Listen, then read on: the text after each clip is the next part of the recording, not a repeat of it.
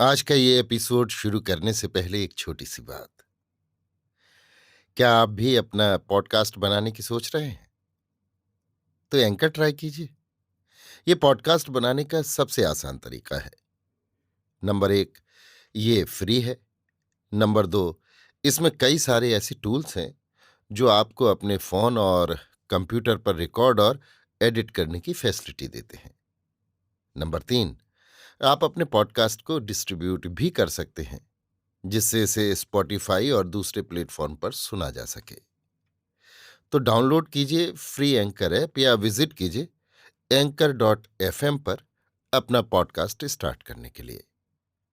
ये तो थी एक छोटी सी जानकारी, और अब शुरू करते हैं एपिसोड का सिलसिला।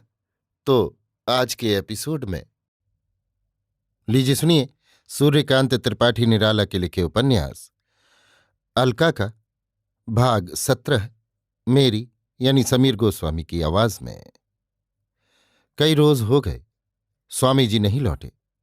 वीणा अपने ऊपर होने वाले ताल्लुकेदार के अत्याचार की रोज शंका करती और वीणा के तार की ही तरह कांप उठती है।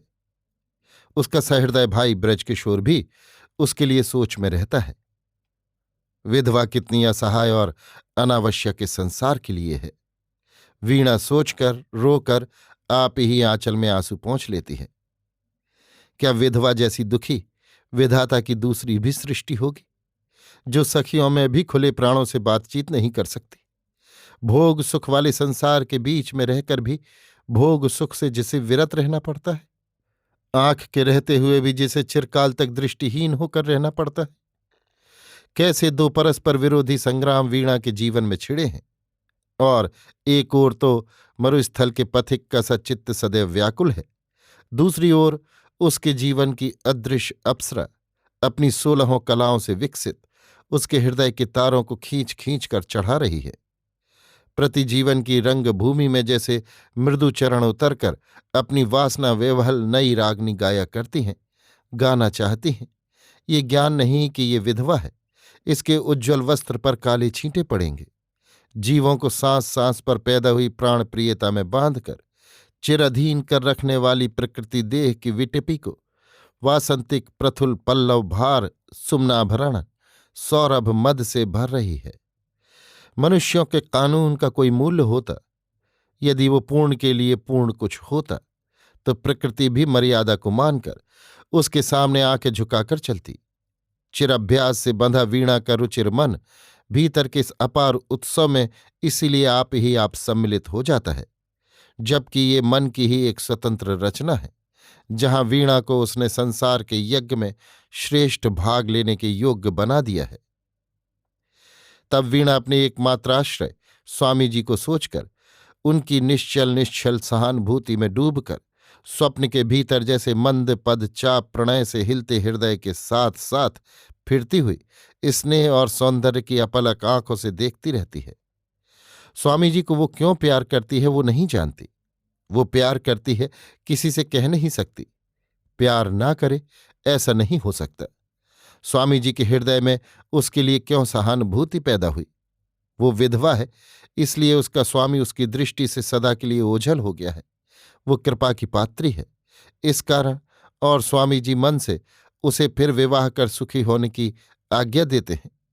इतनी उदारता उसके लिए जब वो दिखा चुके हैं, तब उसके हृदय के देवता उनके लिए अनुदार कब होंगे?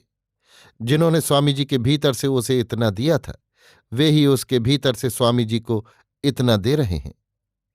दिन ढलते ढलते खबर मिली कि स्वामी जी आ गए। वीणा दूसरों के अश्रुत मधुर स्वर से बज उठी। ब्रजकिशोर स्वामी जी के पास गया। कोई नई बात तो नहीं हुई? आग्रह से अजित ने पूछा। नहीं स्वामी जी, पर शंका है, और कोई ताज्जुब नहीं, जब हो जाए। ब्रजकिशोर ने दुर्बल कंठ के श्लथ शब्दों में कहा। मैं समझता हूं, तुम अपनी बहन को लेकर मेरे साथ कानपुर चलो, वहां एक मकान तुम्हारे लिए ठीक कर दूंगा। खर्च की चिंता न करो, खर्च मैं देता रहूंगा। पर एक भेद मत खोलना, मैं उन्नाव उतरकर दूसरी गाड़ी से आकर तुम्हें मुसाफिर खाने में सादी पोशाक में मिलूंगा। वहां तुम्हारा बंदोबस्त ठीक कर मुझे फिर यहीं लौट आना है, पर स्थायी रूप से इस गांव में न रहूंगा। तुम कुछ और मत सोचो।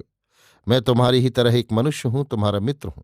जाओ, आज ही वाली गाड़ी के लिए तैयारी कर लो। ब्रजकिशोर सूख गया। पूछा, आपका नाम? मेरा नाम अजित है, पर किसी से कहना मत। ब्रजकिशोर चला गया। दूसरे दिन वीणा ने कानपुर स्टेशन पर देखा। स्वामी जी नहीं, एक सुंदर नवयुवक हैं। अभी आप सुन रहे थे सूर्यकांत त्रिपाठी निराला के लिखे उपन्यास अलका का भाग 17, मेरी यानी समीर गोस्वामी की आवाज में।